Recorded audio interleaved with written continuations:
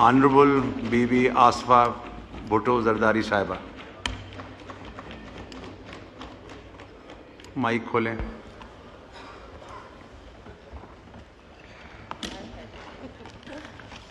Thank you, Mr. Speaker. An emotional moment for me today, standing here addressing the House that both my grandparents, my parents, my brother have been a part of. I bow my head before Almighty Allah. मैं अल्लाह ताला की बेहद शुक्रगुजार हूँ. मैं अपनी party के chairman Bilawal Bhutto Zardari, president Asif Ali Zardari और पार्टी की सीनियर दीगर कायदीन को शुक्रिया अदा करना चाहती हूँ. ख़ास तौर पर नवाब शाह की अवाम और पीपल्स पार्टी की वर्कर्स की शुक्रगुजार हूँ जिन्होंने मुझे नुमाइंदगी का मौका दिया.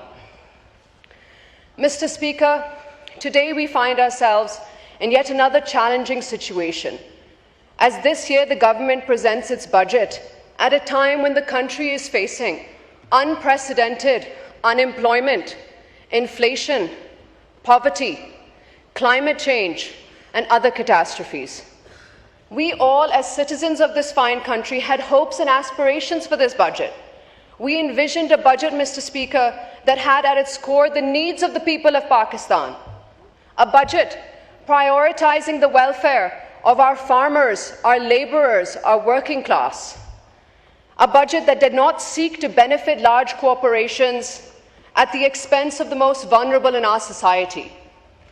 A budget which provided relief and redirected subsidies to the poor, to the farmers, to the laborers, to the working class. A budget that did not wish to make the rich richer and the poor poorer. A budget which sought to lessen the gap of wealth inequality. I ask you, Mr. Speaker, the budget is sitting before you. Do you think that these objectives have been raised in this budget? Do you think this is the budget that the people of Pakistan deserve? The people of Pakistan deserve better, Mr. Speaker, and we must work together to do better for our citizens. In his recent address to Parliament, the Honourable President of Pakistan spoke on unity, and absolutely that is the need of the hour. At a time when divisive politics threatens to harm our nation, at a time when people are polarized in their ideals, beliefs, and in actions, when differences are weaponized and disagreements settled with violence, it is imperative that we as elected members of this House rise above. Words like tolerance,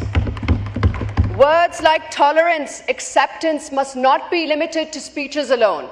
We must practice what we attempt to preach, Mr. Speaker, and together we must reject these divisive politics. We must instead come together for the people and base our policies on their needs.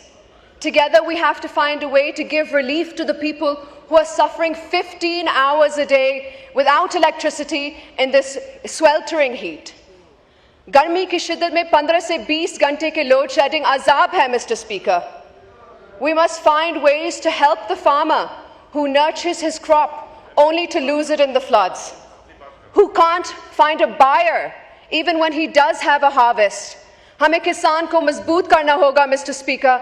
हमें उस किसान को सहारा देना होगा जिससे कभी सैलाब का सामना है, कभी तूफान का और कभी गंदम इंपोर्ट करने गलत फैसले का.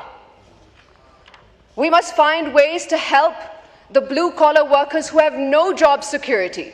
We must find ways to develop our human capital. We must find ways to provide relief directly to the poorest of the poor of this country. Only then, Mr. Speaker, will we be doing justice to the work for which we have been elected for. I hope, Mr. Speaker, that we are able to see a new age in politics.